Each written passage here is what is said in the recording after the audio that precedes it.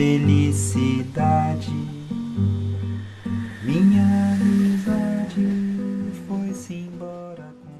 Boa noite. Última sessão, dia de festa, depois tem festa, então não vou falar muito, né? E é um prazer estar aqui nesse auditório da Sônia Viegas, que foi minha professora aqui no Fafiche, quando ainda era lá no Santo Antônio, grande figura, Sônia Viegas. E é isso, né? O filme, eu prefiro que vocês perguntem do que eu ficar falando. Eu vou falar o quê? A história dele, o que vocês querem saber? Como é que tudo começou, quer ver? Começar por aí, né? Pelo começo. Bom, a história do filme é um pouco... Eu vou botar aqui, que você vai ficar segurando. É um pouco assim, longa. Eu e Marcelo, em Festival de Diamantina de 2007, mais ou menos. Não, antes até, 2005, 2006, não sei, quase 10 anos atrás, a gente ficou conversando sobre... Eu tinha acabado de fazer o Alma do Osso e tinha acabado de conhecer Marcelo Gomes, que estava em BH. Na época veio montar os cinemas Pirinos de Urubus em BH, que a Karen Harley, que era montadora, vivia em BH, era minha amiga, e a gente se conheceu na casa dela. Numa noite ele viu da janela do meu quarto ali que a Karen passou para ele e tal, se encantou.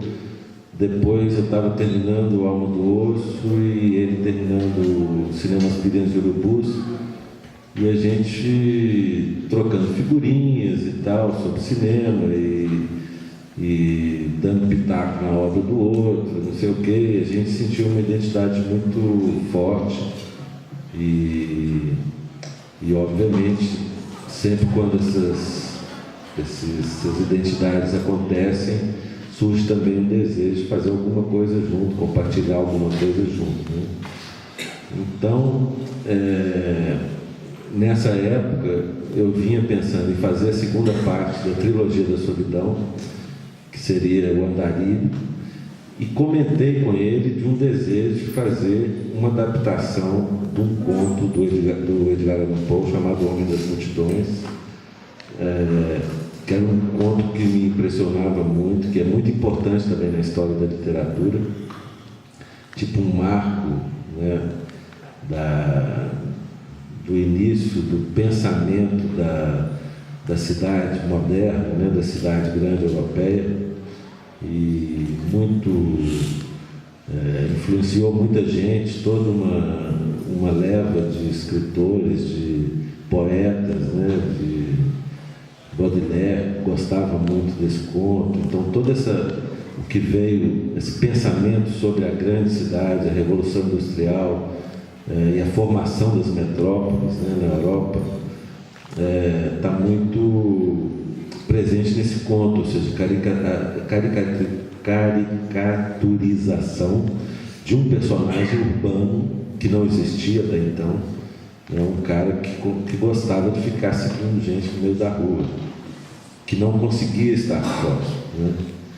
E isso me intrigava muito, né? Alguém que não consegue ficar sozinho e alguém que precisa da multidão ou do outro quase como o ar que ele respira, necessidade quase epidérmica de ficar perto de alguém, né? Então, no conto é o personagem seguindo gente até a Londres do século XIX, ficando vazia,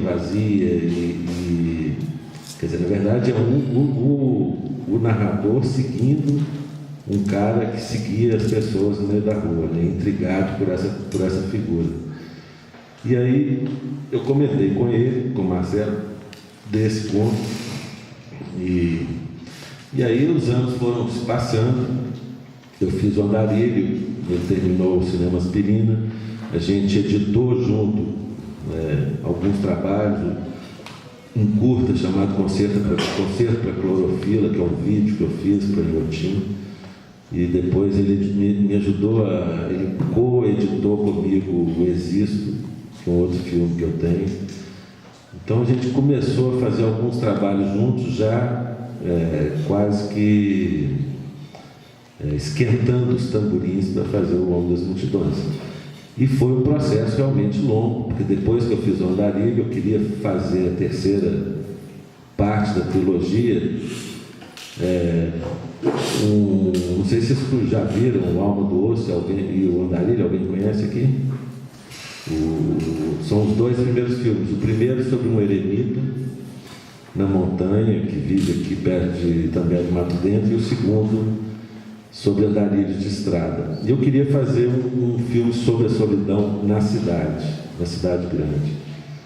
E esse conto foi simplesmente uma centelha de erupção, digamos assim, da ideia desse filme. O filme, obviamente, não tem quase nada, tirando essa ideia, não tem quase nada relacionado ao conto, completamente diferente do conto.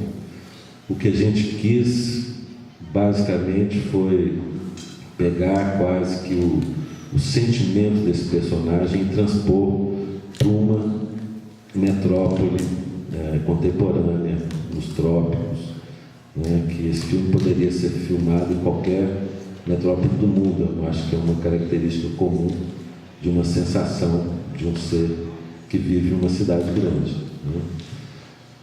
E aí, o que aconteceu, Beto? A gente ficou correndo atrás de dinheiro durante alguns anos, enquanto isso fomos fazendo outros filmes e tal. Começamos a desenvolver o roteiro.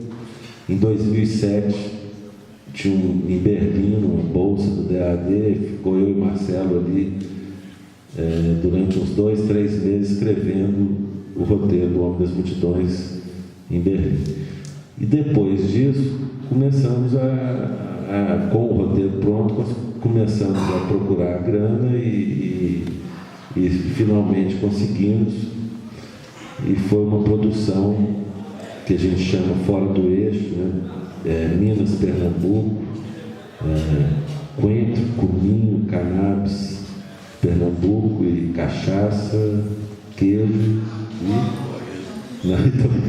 Não estamos ouvindo CCC, que é Pernambuco, Minas, eu acho que dá um samba bem gostoso, assim, acho que foi muito bom dividir isso com o Marcelo. A equipe também, o Beto pode falar um pouco isso, foi também um pouco dividida, assim, entre pessoas de Pernambuco, pessoas daqui, pessoas de São Paulo e Rio.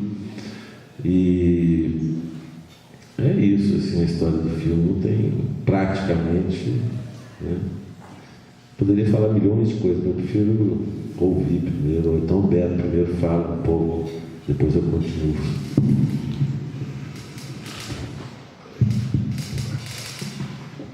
Boa noite. Eu poderia dizer, por exemplo, a parte da produção, que como é um projeto pensado há mais tempo, quer dizer, no início, a ideia inicial foi lá em 2005, aí se encontrou com o Marcelo, desenvolveu e tal.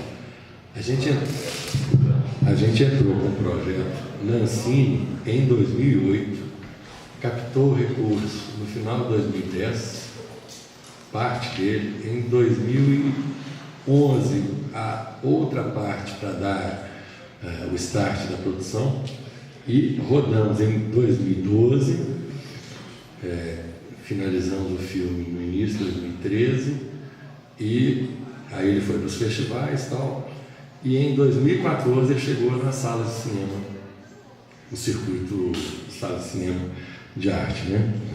Quer dizer, é um projeto que em 2008 ele tinha um valor, uma forma de produção, uma visão da produção que inclusive a gente imaginava uma cópia em 35, que na época a digitalização ainda não era uma realidade tão segura, né, vamos dizer assim.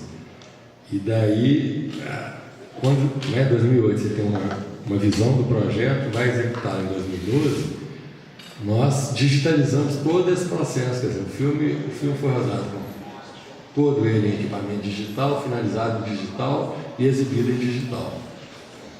Quer dizer, o nosso primeiro filme que, apesar da nossa tradição vir de câmeras digitais, mas a finalização sempre ia com 35 ou coisa que vale. Mas esse não, foi todo um processo digitalizado em função dessas demoras, né? Desse tempo todo que a gente teve que esperar para ter os recursos. Né? E eu acho que isso fez até bem para o filme, porque deu um projeto, com isso ele amadureceu, eu acho que de tal forma que a gente conseguiu um resultado muito bom. É uma pena que a gente assistiu aqui no DVD e tal, que é uma compressão mais que reduz um pouco a qualidade, mas o resultado final dele, DCP, Blu-ray, estava muito bacana. E nós já fomos com ele para Berlim, Toulouse, para o México, vários festivais. Tivemos uma bela apresentação aí fora. E aqui no Brasil ele ficou 2 meses nas salas de cinema, aí, principalmente BH e São Paulo, onde cerca de 12 mil pessoas foram ao cinema assistir. O que é uma grande vitória. Mas é isso, são pequenas curiosidades. É um filme que eu acho interessante por causa disso. Ele tem um tempo de maturação muito largo, muito grande. Mas eu acho que deu certo. Vamos para as perguntas. A gente assistiu a Desenhos do Tigre, e no comentário do César Guimarães, ele foi professor da Afonso Show, né? E falou que ele sempre foi fã de um cinema que ele chamou de cinema das sensações. E entre os diretores ele citou você. Né? Eu queria saber se você, de acordo com essa tipologia, o que ele disse, assim, rapidamente, e como que você acha que você comentar um pouco sobre essa ideia de um cinema das sensações, um cinema que explora muito mais os silêncios, né? E as imagens, a relação entre elas e tudo mais. Sensações é uma palavra ampla, né? Mas talvez um cinema que relaciona bastante com o sensorial, para além da tentativa justamente buscar nos sentidos, né? O cinema é uma arte que trabalha muito a visão e deixa um pouco a audição em segundo plano, ou seja, o audiovisual, a imagem, são esses 2 elementos fundamentais da construção de um filme. Muitas vezes o áudio é relegado a segundo plano, e no meu cinema eu sempre busco uma relação bem forte, assim, tratando os 2 de igual para igual, e são realmente, da mesma forma que na literatura você pode dizer que o elemento ontológico essencial seja a palavra, né? Você pode dizer que no cinema seja a imagem e o som, os elementos fundamentais que constroem um filme, imagem e som. E o cinema, historicamente, eu acho que ele foi muito dominado, talvez, pelo discurso narrado da palavra, né? E o cinema é uma arte bebê ainda, é uma arte que perto das outras está engatinhando, um bebê de fraldas, né? Se você pensar a pintura, a literatura, que tem milhares de anos, o cinema com pouco mais de um século é quase nada. Então eu acho que ele está se descobrindo, se inventando, e já é muita coisa, né? É quase nada e já é muita coisa. Mas obviamente quando inventou-se o cinema, eu acho que não existiam cineastas, né? E quem foi fazer cinema foram dramaturgos, foram escritores, foram escrever roteiros, atores e pintores e tal. Ou seja, impregnou-se o cinema muito da palavra, da ideia da palavra. Eu acho que o cinema, ele durante toda a história dele, ele usou a palavra quase como um fundamento mais importante do que a imagem e o som. E eu acho que isso é desconstruível. Eu acho que abre-se muito um caminho para o cinema, de pensar o cinema realmente no seu fundamento, né? audiovisual, e para além dele também, né? E pensar o audiovisual com relação a um outro espaço, que outros sentidos, né, possíveis, o tato, né, a tatilidade da imagem, né, você tentar ver, transmitir através de uma imagem, de um som, dessa dupla coordenada, o sabor de um prato, de uma fruta, de uma coisa, como filmar isso, né? Ou seja, talvez o que o César estava falando um pouco, essa coisa da sensação, do sensorial, do sensório, né? Que lida muito com a atmosfera de um lugar, de uma coisa, né? Sem explicar muito, mas querendo muito mais uma interlocução com o espectador, no sentido de que é quase um convite para que o espectador participe daquela atmosfera, daquele lugar, né? E é quase como pensar, por exemplo, como o personagem desse filme poderia, como filmar um homem no meio de uma multidão, né? Existem formas para isso, né? Não é simplesmente botar o cara lá e filmar, você tem que pensar fotograficamente, você tem que pensar que tipo de som que vai ser aquilo, qual é a relação imagética que esse cara tem com a multidão, né? Então, se você pegar esse filme, a nossa ideia, primeiro o quadrado, né? Que é o porquê da tela quadrada, do formato quadrado. Porque o que a gente queria, basicamente, era transmitir uma sensação de claustrofobia para o espectador. Claustrofobia,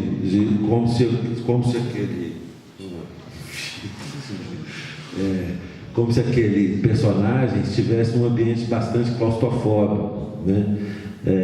Outra coisa que a gente queria desfocar a multidão, como se aquilo fosse uma atmosfera, o ar que ele respira, né? E ele sempre meio focado, e a multidão uma coisa meio que está ali, que ele precisa de respirar, né? E o quadrado, o que a gente... Primeiro, essa questão do quadrado, de ser uma questão claustrofóbica, e segundo, por que não, né? Por que não variar o quadrado, o 16:9 clássico do cinema? 16:9 variações retangulares desse formato, né? Por que a gente vai numa loja hoje e a indústria impõe a gente a ver o mundo em 16:9? Por que as outras artes já explodiram a moldura há muito tempo, já ultrapassaram várias coisas com relação ao pensamento da própria arte, do formato da arte, e o cinema ainda fica engessado um pouco no esquema industrial de si mesmo, né? Então, acho que é uma experiência interessante ver de uma forma quadrada, né?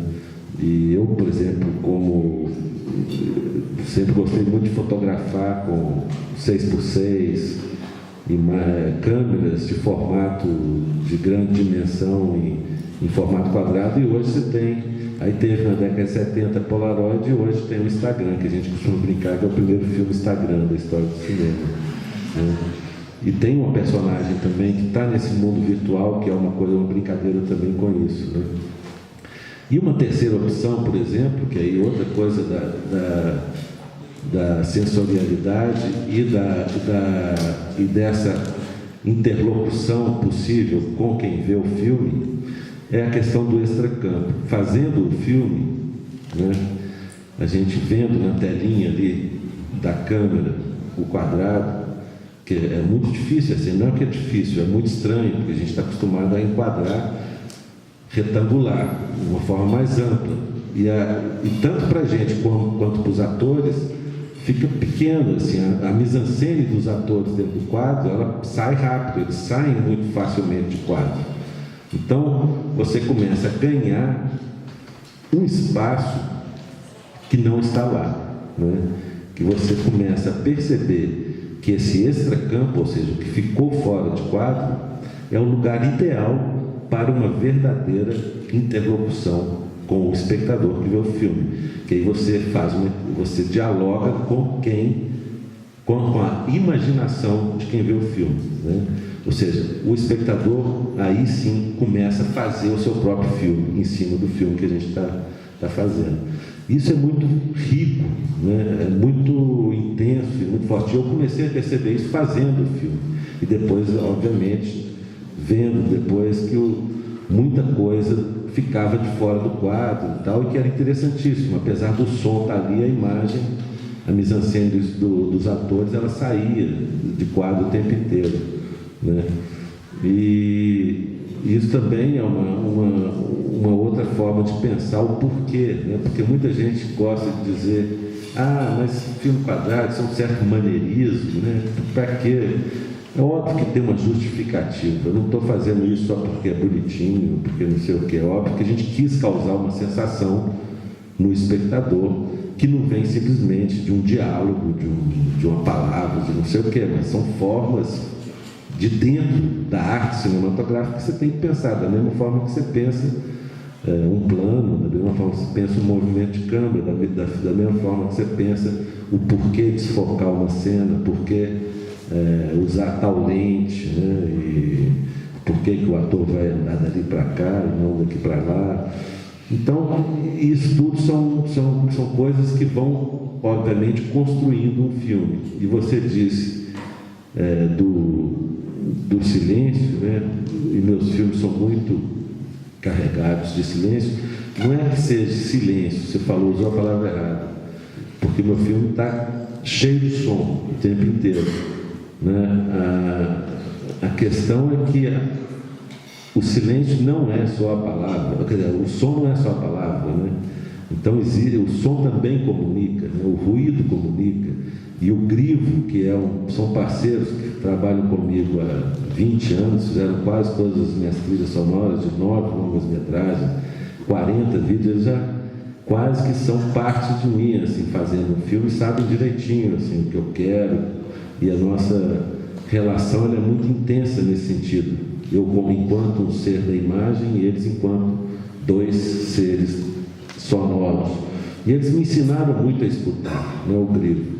E o que eu acho mais interessante é que é muito mais difícil você contar uma história sem o uso da palavra, não só para a gente, diretores, mas principalmente para os atores.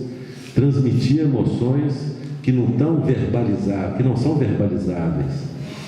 E as pessoas pensam que é fácil, mas é muito difícil você levar um sentimento, né, do início ao fim de um filme, fazer uma curva dramática, uma construção psicológica, narrativa de um personagem, no caso desses dois personagens, sem dizer muita coisa, simplesmente pelo sentir, ou por essa troca, né, deles com quem está aqui dentro dessa sala, que é quase compartilhar um lugar, uma atmosfera, um outro lugar que é esse filme.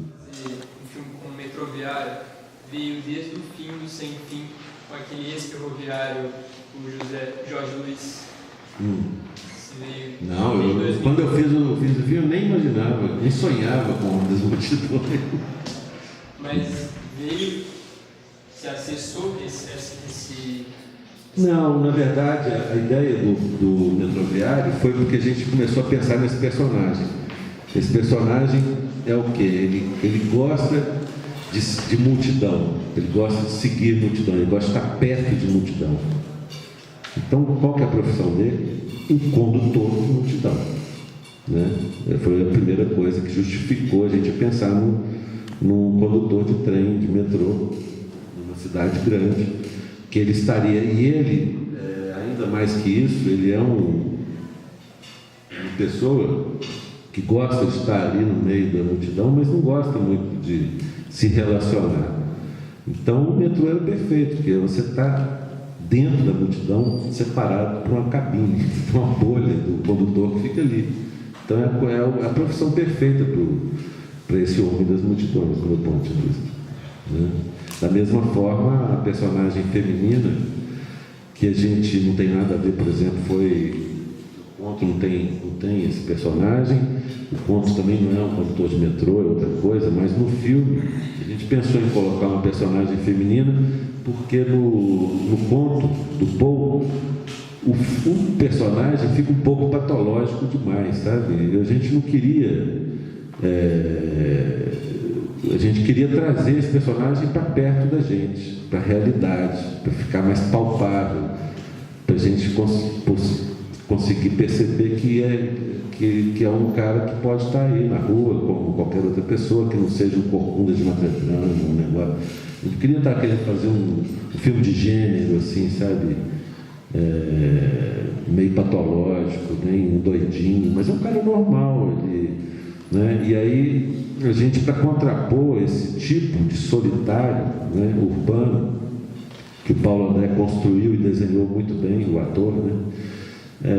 A gente pensou numa personagem feminina que sofresse de uma solidão mais contemporânea, de um mal-estar, que é bem-estar, mas acho que vai virar um mal-estar generalizado futuramente, que é a solidão virtual, né? Que é a obsessão virtual, que é o mundo virtualizado ao extremo, que deixa as pessoas sem esse mundo dos sentidos.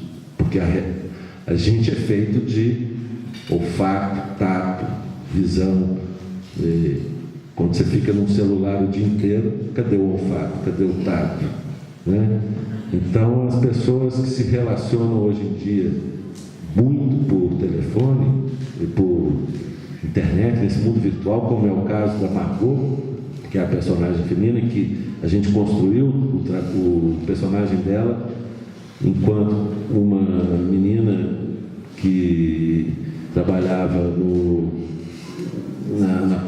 na sala de controle do metrô, rodeada de monitores de TV, né, e o tempo inteiro ela está conectada com o mundo virtual, os amigos que ela tem, mas quando ela precisa de alguém para um padrinho, ela resolve chamar o Juvenal, que ela tem alguma coisa com esse cara que ela não sabe o que é. Né? Eu acho que ela compartilha um pouco, acha ele curioso, estranho, tem alguma atração ali, não é nada sexual, quer dizer, isso cada um deduz do jeito que quiser, mas é uma curiosidade, digamos, por esse personagem, que é o oposto dela, que gosta da fisicalidade da multidão. Ele gosta de estar ali, de sentir o cheiro dessas pessoas na rua. E ela não, ela quando o metrô está cheio, ela fica assim, nem quer entrar no metrô, ela espera o próximo, vai estar mais vazio. Né? Então, essas construções desses dois personagens foi justamente para tentar, né, outra forma de você acumular sensações e dramaturgias e histórias para não precisar de explicar tanto através de palavras o que essas pessoas estão sentindo. Por exemplo, outra coisa importante da coisa sensorial é a direção de arte desse filme fundamental, a casa do Juvenal e a casa da Margot, os objetos, né, que tem na geladeira dele, uma água, tem um copo, a coisa do copo, a história do copo que quebra, depois ela traz no final, um copo só na casa. Quando ela entra na casa dele, ele se sente desconfortável, tem uma cadeira só na mesa, ele pega a outra cadeira, depois ele fica sozinho ali, tem a outra cadeira, aí ele passa um tempo escutando uma corrida de cavalo, assim, quando ele vê tem uma outra cadeira, aí põe a cadeira lá de novo. São pequenas ações assim que vai construindo essa solidão realmente, né, desse personagem. No casar e tal, a impressão que eu tive é que ela não queria aquela vida realmente, tanto que ela pensava naquela coisa de ir para a rua, de sair daquela realidade. E muitas das vezes que eu percebi ela era através do reflexo ou alguma coisa na frente. E eu queria saber se essas percepções minhas são reais. Assim. E no último plano que filma ela dava tipo uma respiração aliviada, tipo assim, ela se sente bem do lado do personagem principal. Isso tudo que eu falei é coerente ou não? Coerentíssimo. E é real, óbvio, se você sentiu é real. Porque eu também não sei. O filme é isso. Ninguém sabe o que aconteceu antes na vida dessas pessoas e nem o que vai acontecer depois. Isso é para cada um que vê o filme resolve. Não sou eu que sei, né? O que aconteceu depois que a Margot chegou lá, cada um resolve. E sobre é real o que cada um pensa. Sobre aquela atração que você falou que ela senti que ele também é um pouco parecido com o pai dela. Com o pai dela, assim. Pode ser essa proximidade, assim, por isso eu senti assim. Também, você acertou em cheio. A gente pensou nisso também. O Jean-Claude, além de ser um excelente intelectual brasileiro, queria fazer uma homenagem a ele, agora está se prestando a ator, excelente ator. Ele, Jean-Claude Bernadette, ele tinha essa correspondência física com o Paulo André, e na hora que a gente escolheu o pai da Margot, a gente pensou no Jean-Claude e encaixou perfeitamente, porque se você quiser, né, entrar num delírio psicanalizável do filme, aí você pode também. O filme também é feito para psicanalistas. Assim, como foi a escolha dos lugares, por onde ele passava, por onde ele começou a relação. E dizer que foi muito importante para mim ver um filme da minha cidade. Eu sou nascida e criada aqui. E eu tinha visto só, acho que, documentário em Belo Horizonte. E ao ver uma ficção, por incrível que pareça, eu senti que Belo Horizonte existia, porque pegou por uma emoção, assim. Em jornal, em documentário, eu não sentia a mesma coisa que eu senti bem uma ficção feita sobre Belo Horizonte. Eu senti que ela existia mesmo, os lugares onde eu passo. Ah, legal. Eu achei ótimo filmar em BH. Eu já era meu 9º filme, eu nunca tinha feito nenhum em BH. E dos longos, né? Dos curtos eu já tinha feito, os vídeos eu já fiz. Mas na hora de escolher qual cidade a gente ia filmar, poderia ser qualquer cidade, como eu já disse, e tinha essas duas opções, ou Recife ou São Paulo, tinha coisa de São Paulo muito grande e tal, e BH. Aí resolvemos fazer em BH,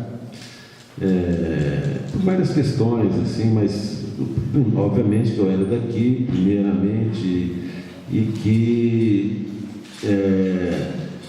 é uma cidade que a gente dominava de uma certa forma, né? Dominava de uma forma muito absurda dizer, porque eu não sei, na verdade para mim foi uma redescoberta da minha cidade, porque a vida vai passando, a cidade vai mudando o tempo inteiro, e viver intensamente, principalmente o centro ali da cidade, a Praça 7, e ver que a cidade é completamente diferente do que eu quando eu era da idade de vocês, assim, a gente fazia muito todo sábado de manhã para o centro da cidade, descobrir bares estranhos, lugares esquisitos na cidade. Todo sábado de manhãzinha a gente fazia esse exercício na cidade, que era uma delícia. E obviamente a vida vai passando, você casa, tem filho, e para um pouco de fazer isso, e a cidade vai mudando muito rapidamente. E foi muito acolhedor, na verdade. A começar por uma coisa dificílima de logística, que é o metrô. Como filmar no metrô numa cidade grande que tem necessidade de uso, né, desse transporte o tempo inteiro. Nesse caso, geralmente cobra-se nas outras cidades, e esse caso, para filmar aqui, o metrô foi super receptivo, foi super aberto. A gente filmou em feriados, às vezes à noite, madrugada, quando não funcionava o metrô.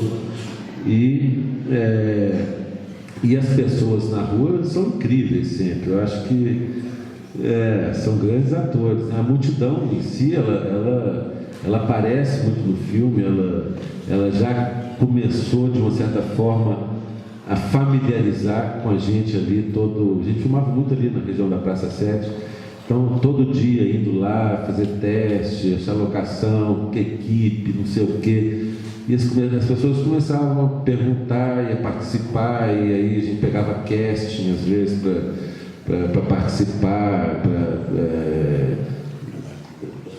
ficar, usava algumas pessoas que a gente achava ali mesmo na rua e tal, e foi realmente uma descoberta, porque a cidade, a gente não quis fazer nenhum cartão postal também na cidade, não precisava, poderia ser qualquer cidade. Então a cidade ela fica como uma coisa em segundo plano, uma presença que se insinua, né? Como a multidão, né? E a cidade também, no caso, a gente quis transmitir isso, mas não é um filme belo horizontino no sentido de tratar de algo específico daqui. é um filme muito mais cosmopolita. Poderia ter sido filmado em qualquer cidade, né? Mas foi uma delícia ter feito aqui, mas não sei se sairia igual, porque foi muito tranquilo, foi muito gostoso, tudo deu certo, sabe? Essas coisas que eu já falei, além de uma certa delicadeza do povo mineiro, que é uma delícia, né? A receptividade, assim. Quer dividir esse papel da Com você, Por quê? você estava lá, não. Eu tava no Paládio uma vez que você comentou. Ah, não, estou confundindo. Achei que você fez achei que era aquele menino que escreveu um livro. Seu filho do Caio Braga. Ah, não. Desculpa, confundi, você parece. Ele fez um teste. Verdade. Ele ia escrever um livro. Você parece comigo. Como que é dividir esse papel da direção quanto pessoa nesse filme ou nos outros, assim, que você dividiu? O que tem de bom e de ruim? E pro Beto, como que é produzir com uma equipe com pessoas de vários lugares? Fica mais complexo, mais caro? Bom, para mim sempre foi um prazer dividir trabalhos com várias pessoas, que eu já fiz vários trabalhos conjuntos, que primeiro que é mais divertido. Eu acho que o cinema é uma coisa às vezes muito pesada, muito essa estrutura gigante que o cinema tem. Eu acho que eu não tenho essa caixa torácica de um Hitchcock, por exemplo, ou uma coisa de muito. Né? O diretor de cinema, acho que precisa ter um pulso assim, que eu não tenho, sabe? Sinceramente, eu sou mais um cara que gosta de pegar a câmera e sair filmando coisas. Sempre acostumei assim, meus filmes são muito simples, pouca gente trabalhando e tal. E fazer um filme com muita gente, com muita grana e tal, você fica louco com a quantidade de coisas que você tem que pensar e não sei o quê. Então, 2 pessoas já ajuda bastante. Ainda mais 2 pessoas que são absolutamente diferentes, e são 2 pessoas que têm sotaques diferentes e jeitos de fazer diferentes e que têm uma boa relação, uma interlocução interessante. E não rolou briga com o Marcelo, nunca rolou briga assim, tirando o fim do fim, mas foi bobagem. Nunca rolou, sempre fiz trabalho, eu fiz o Acidente com o Pablo, o Fim do Fim com o Beto e com o Lucas, o que mais? Só, né? E o Homem das Multidões. Não, já fiz com a Rivane, que além de ainda era ex-mulher, já fiz com vários vídeos, né, com ela e tal, né? Sempre foram parcerias deliciosas, né, de serem feitas, muita contribuição, assim, muita troca, e é uma forma também de você se descobrir no outro, né? E ele te descobre um pouco e você aprende muito, né? Isso é muito legal, porque é óbvio que cada filme tem que ser uma experiência nova e diferente daquela que você já fez. E muitas vezes eu me enveredo por caminhos que eu faço ou eu começo me enveredando com alguém já de cara, que aí eu sempre gosto de ir até o final com essa pessoa com quem eu comecei tendo a ideia, né? Ou então eu preciso, mas isso é muito raro, assim, eu preciso de alguém para compartilhar isso comigo, porque eu acho que isso nunca aconteceu. A gente sempre vai junto desde o início, sabe, assim, de escolher alguém, porque isso eu não consigo fazer direito, isso não. Mas a história do Marcelo de trabalho ficcional, com dramaturgia, com atores e tal, e roteiro, principalmente, é muito maior que a minha, né? Eu tenho uma experiência maior de cinema caneta, de sair filmando umas coisas por aí, né? De pegar minha câmera e sair filmando com o Beto, com o Grilo, com pouca gente, assim.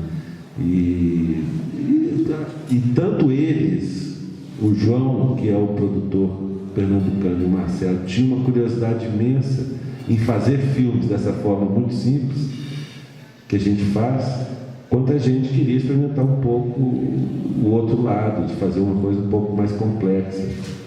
Porque é um pouco, é bastante difícil, assim, fazer filme muito grande, você demanda 5 anos, 10 anos da sua vida fazer um filme, eu não tenho tanta paciência. O Marcelo ficava impressionado quando ele estava fazendo os filmes, eu falei assim, pô, mas eu já fiz 3 enquanto você está pensando nessa porra aí. Né? Um dia eu fiz um lá do meu filho, minha mulher estava grávida, fiz o Otto, que é um filme lá, durou 9 meses de produção, eu, ela e o Otto só, mais nada, custo zero. Né? Então, isso são formas do fazer que influenciam, obviamente, o resultado do filme. E, principalmente, hoje em dia, né, na revolução tecnológica e os coletivos, e a revolução sociológica também, de como a gente convive com as pessoas, e a questão de um desinflamento da autoria, às vezes, que existe, né, de você não ter mais esse ego inflado de querer. Muita gente tem ainda, mas precisa ser muito forte. E eu acho que o autor realmente precisa de existir, porque é uma marca, é um estilo, é uma coisa que o cara tem que imprimir ali, né? E que às vezes quando você dilui isso em muita gente, acaba se perdendo essa coisa. Mas muitos coletivos funcionam também como um autor, né? Não precisa de ser uma pessoa só, 2 pessoas, 4, 3, quantas forem, né? Mas vai ficando cada vez mais difícil. Imagina fazer um filme com 10 diretores, vai ficando uma loucura, né? E é isso. Beto. O Carlos já deu, já te respondeu o que você perguntou, mas é interessante isso, porque a gente vem de um cinema que o Carlos chama de cinema de cozinha, que é assim, a gente sai, fim sem fim foram 5 pessoas, a um 2, 4, 5, Andarilho, 6. O acidente, aí tinha um padre, 7. Sim, entende? É uma estrutura pequena. Existe, que era uma ficção, foi 6. Existe. Nós vamos Só falar. Miguel, que era o ator, ficava carregando tripé, lavando panela. Entende? Mas assim, a forma de se fazer esse tipo de cinema é absolutamente contrária à estrutura do cinemão tradicional, né? Que tem os departamentos de fotografia, arte, figurino, parará, tudo lá departamentalizado, tudo com uma hierarquia. Aí tem um diretor de produção que faz a agenda de todo mundo, põe todo mundo para trabalhar direitinho. Para a gente foi uma experiência super interessante, né? A proposta do pessoal do Pernambuco, do João, da REC e do Marcelo, era justamente entender como é que a gente conseguia fazer filme de qualidade e em tão curto espaço de tempo. E a gente, assim, nós tivemos uma primeira experiência com um curta, que era o Otto, eu sou o outro, nós rodamos isso em 98, há muito tempo atrás, que era um curta, mais ou menos 20 minutos e tal, mas que como uma primeira produção minha, eu quis, de certa forma, reproduzir esse sistema de departamentalizado e tudo mais. Então, nem eu, nem Carl, ninguém gostou dessa experiência, sabe? Assim, não é que foi traumática, mas é porque tinha muita gente. E, bom, mas né, especificamente na sua questão, trabalhar com uma equipe maior, a gente teve lá seus cuidados, quer dizer, lá onde ficava Carl e Marcelo, na hora do set, mínimo de pessoas suficientes para ficarem ali. Nesse a gente estava ali 3 por 1, 4 por 1, já é uma coisa interessante. Eu sei que a média Hollywood é 10 por 1, 20 por 1 e por aí vai. Mas isso tudo com estruturas muito grandes, gigantescas de produção, né? Nesse caso é um filme relativamente simples. O que a gente tinha um certo medo era ali né, o metrô, mas com o apoio que o metrô nos deu e isso foi desde o início, desde 2008, o metrô estava no projeto, apoiando com carta, sempre estava ali interessado no filme. E foi surpreendente, porque o Marcelo fala, os usuários do metrô, eles não olham para a câmera. Você não vê nenhum momento, nem sequer tendo uma olhadinha, assim, uma olhadela. O Marcelo fala que eles são grandes atores. Mas não houve assim, eu não cheguei com gritaria, né? Uma estrutura clássica de produção ali no set, cara, o platô e ele, atenção, silêncio, vai rodar, roda carpete, roda trabalheiro. Não. Nós mantivemos a nossa discrição, da nossa experiência de equipe pequena com uma estrutura grande, e eu acho que, assim, claro, com certeza tem as faíscas ali que rolam, porque um fica com medo do outro, né? Será que vai dar certo? Assim, não pode, você tem que levar um segurança, vamos supor, eu não coloquei lá fora, né? Deveria ter levado, o HD, você já devia ter copiado sem ser assado, não, do meu jeito está fazendo assim. Eu tenho uma experiência digital maior do que a experiência da REC, que é uma experiência mais do cinemão, 35. Então houve uma coisinha à toa, mas nada que... Você aprendeu pra caralho nesse filme. Mas aprendi uma coisa que eu sinceramente, não vou querer fazer de novo. Eu prefiro ficar no nosso... Inclusive, depois a gente fizemos um filme que o Sesc me pediu sobre idosos, que foi uma delícia. Nós fomos para a estrada, 4, 5 pessoas, achamos o cinema, fomos lá colher cinema no mundo, e montamos filminhos deliciosos, assim, que me deu um alívio danado. Falei, isso é que eu sei fazer. Mas agora a gente saiu para filmar, eu e Beto, Sambaquismo, em Santa Catarina, e 80% das imagens ficaram desfocadas, queimando o filme do Beto e meu. Estamos velhos e cegos. Já era essa fase, vai depender de todo mundo.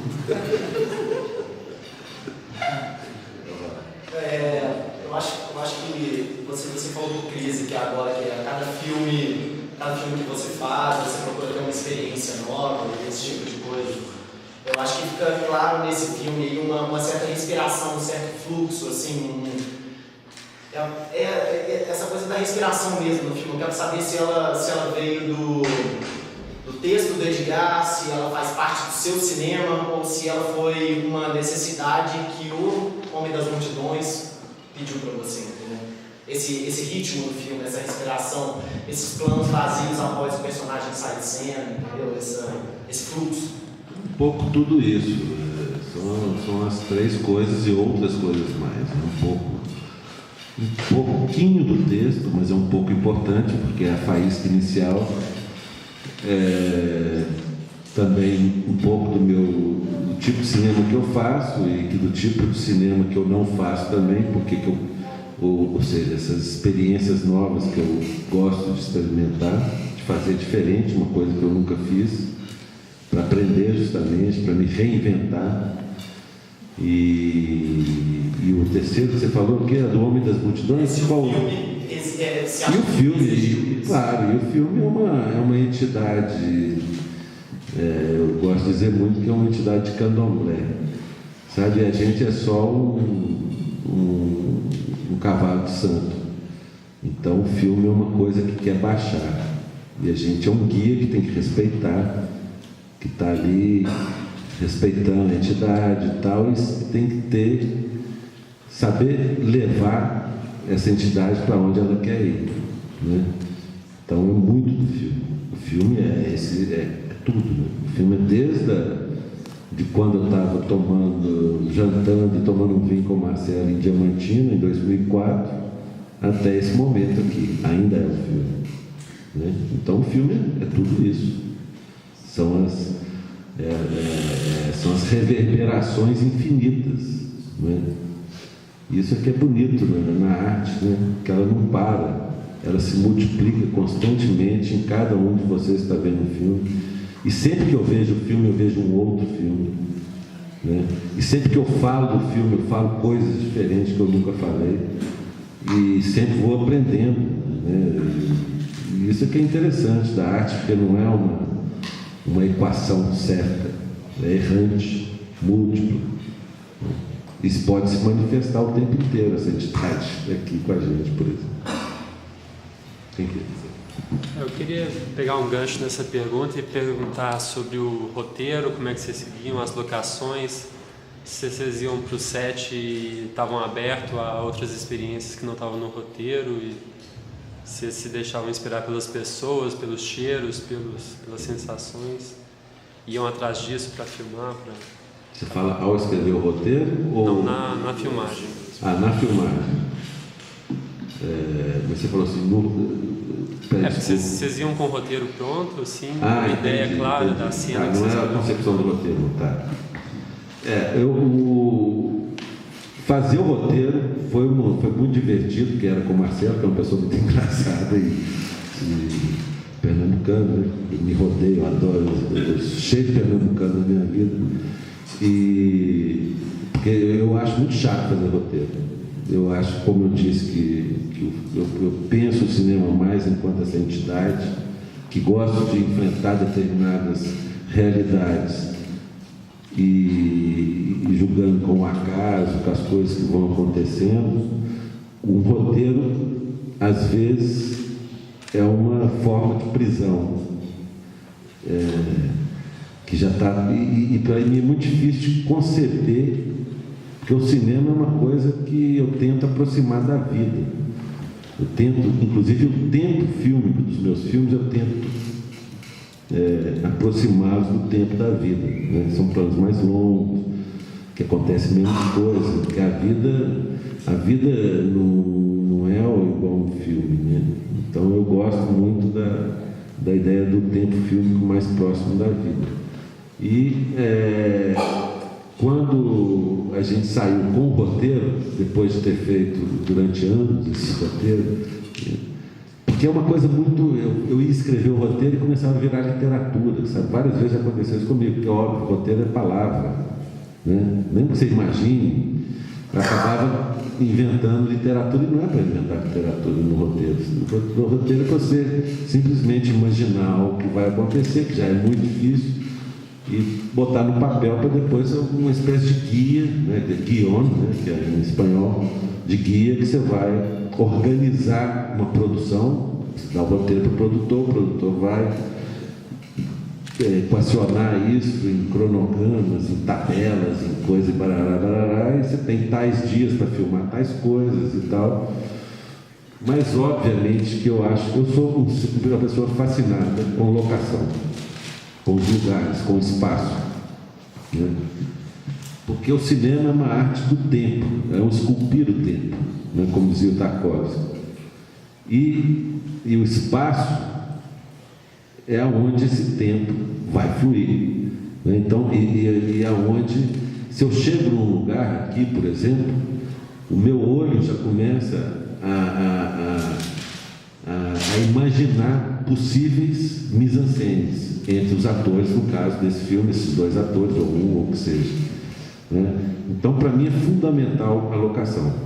Para mim, outros diretores fazem de outras formas, já organiza tudo no roteiro, desenhos, um storyboard, tal, o que tem aqui, tal desenho, espaço que é. Eu gosto muito da improvisação e de chegar no espaço e sentir o que esse espaço tem para me dar, não só na hora de filmar, mas antes também, né? Antes a gente rodou muitos lugares na cidade.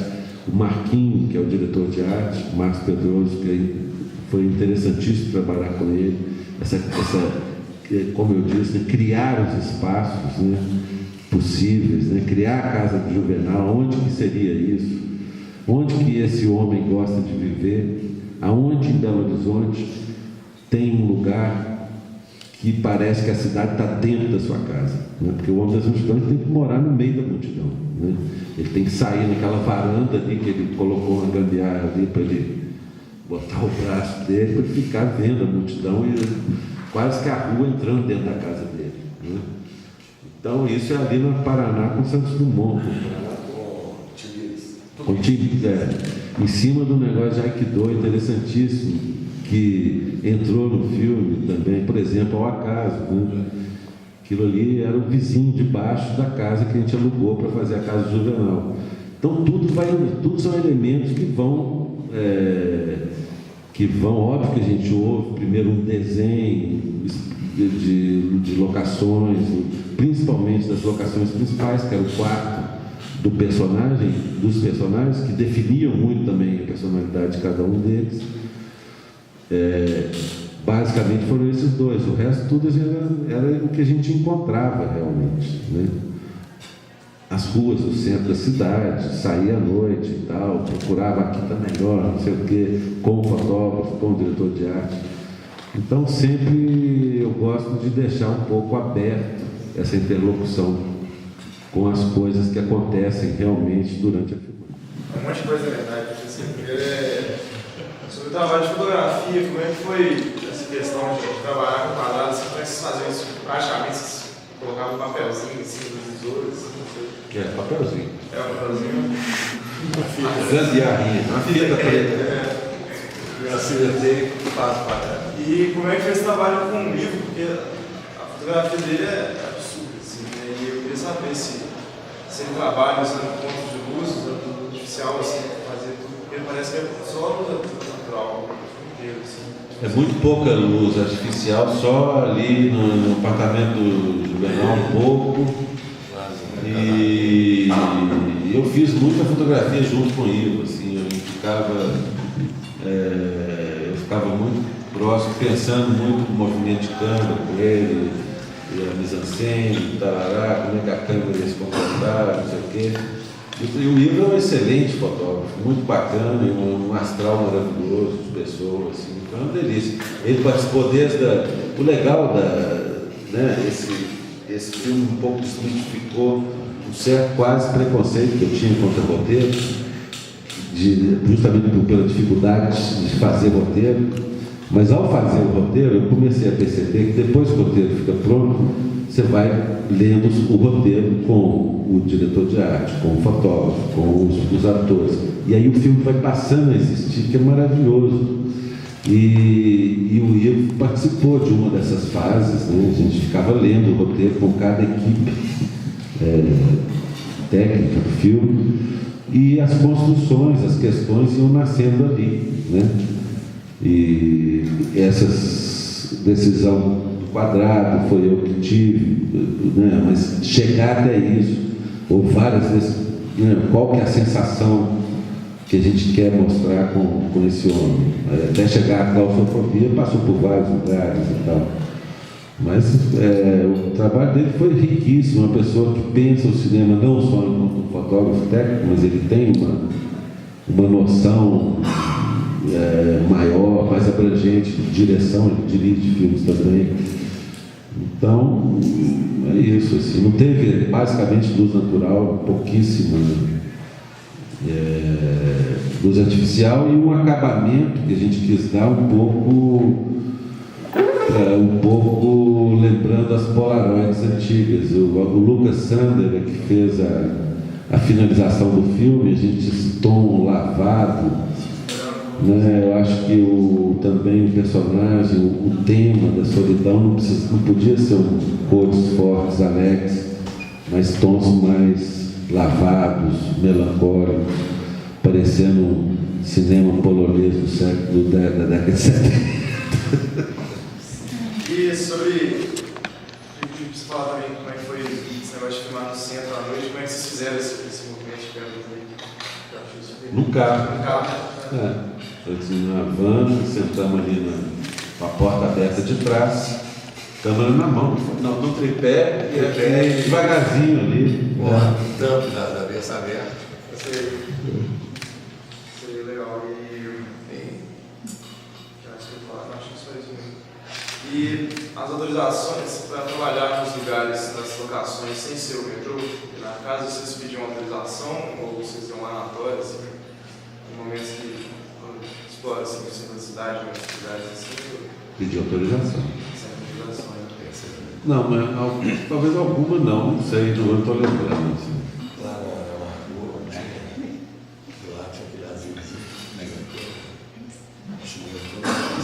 Não, as casas, obviamente, os personagens, obviamente, que a gente alugou para fazer.